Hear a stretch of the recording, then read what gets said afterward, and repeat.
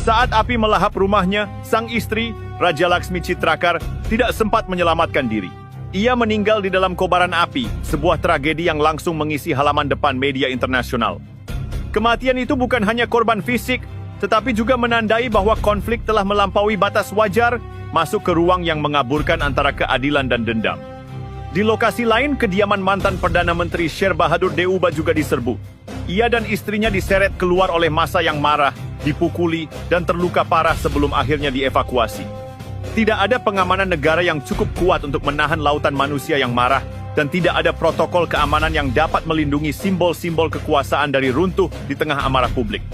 Kekuasaan yang selama ini dibangun dengan janji dan privilege, runtuh begitu saja dalam hitungan jam, di tengah pekikan demonstran yang menolak dilupakan.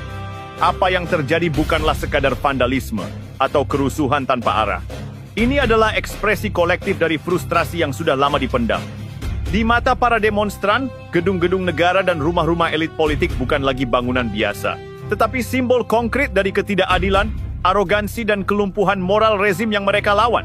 Api yang menyala bukan hanya membakar kayu dan batu, tetapi juga membakar ilusi bahwa rakyat akan terus diam selamanya. Dalam diamnya elit, rakyat memilih berbicara dengan kobaran api.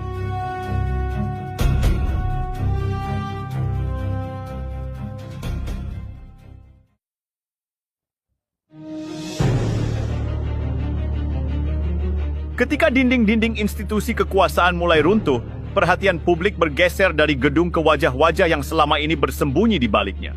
Para pejabat tinggi yang selama bertahun-tahun memegang kendali pemerintahan, kini menjadi sasaran langsung kemarahan rakyat.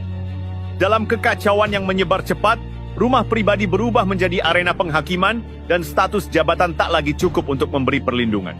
Salah satu peristiwa paling menggemparkan terjadi di kediaman Menteri Luar Negeri, Arzu Rana Deuba. Di tengah kepanikan, ia diserang oleh massa, dihajar, dikeroyok, dan sebagaimana dilaporkan sejumlah media internasional, diperkosa oleh kelompok perusuh yang berhasil menerobos pengamanan rumah. Tragedi ini mencerminkan hilangnya kendali total negara atas keamanan internalnya sendiri. Tidak berselang lama, Menteri Keuangan Bishnu Prasad Paudel menjadi korban berikutnya. Video yang kemudian viral di media daring memperlihatkan Paudel dikejar puluhan demonstran saat hendak meninggalkan sebuah gedung pertemuan. Ia berlari, jatuh, ditendang, lalu terseret ke pinggir sungai. Dalam rekaman lain, terlihat ia tercebur ke dalam air, mencoba menyelamatkan diri dari kejaran warga yang tidak lagi mengenal rasa takut terhadap hukum atau otoritas. Sosok yang selama ini dikenal sebagai arsitek kebijakan fiskal Nepal itu berubah menjadi simbol pelarian, dipermalukan di hadapan publik yang selama ini merasa tak terdengar. Pemerintah yang seharusnya menjadi penjamin stabilitas justru menunjukkan kebingungan dan keterlambatan. Dalam hitungan hari, kepercayaan publik terhadap aparat keamanan runtuh bersamaan dengan wibawa lembaga negara. Polisi kewalahan, militer pun akhirnya turun tangan, namun bahkan kehadiran tentara bersenjata lengkap tidak cukup untuk menenangkan keadaan. Justru sebaliknya, semakin banyak aksi represif yang dilakukan, semakin besar pula gelombang amarah yang muncul. Di berbagai titik, bentrokan antara militer dan demonstran menyebabkan korban jiwa, memperdalam krisis kepercayaan antara rakyat dan negara. Langkah darurat pun diambil dengan cepat. Sejumlah menteri dan pejabat tinggi dievakuasi secara diam-diam menggunakan helikopter militer. Evakuasi dilakukan dari atap gedung pemerintahan, dari halaman belakang rumah dinas, bahkan dari lokasi-lokasi rahasia yang sebelumnya dijaga ketat. Keputusan untuk mengungsikan para tokoh elit menandai titik nadir pemerintahan. Saat para penguasa terbang meninggalkan tanah yang mereka pimpin, rakyat tetap tinggal di bawah, menatap langit yang kini bukan hanya dipenuhi asap pembakaran, tetapi juga bayang-bayang helikopter yang membawa lari simbol-simbol kekuasaan. Ketakutan kian menguat. Bandara-bandara utama di Nepal, termasuk Tribhuvan International Airport di Kathmandu, ditutup dan dijaga ketat oleh pasukan bersenjata.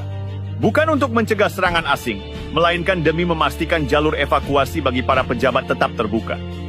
Saat sebagian besar rakyat dilarang keluar rumah, elit politik justru diberi jalur keluar dari negara yang tengah terbakar. Dalam situasi ini, garis pemisah antara negara dan warganya benar-benar terbelah. Yang satu bersembunyi di langit, yang lain terus berteriak di jalan. Sebuah pengkhianatan diam-diam yang disaksikan oleh jutaan mata di dalam dan luar negeri.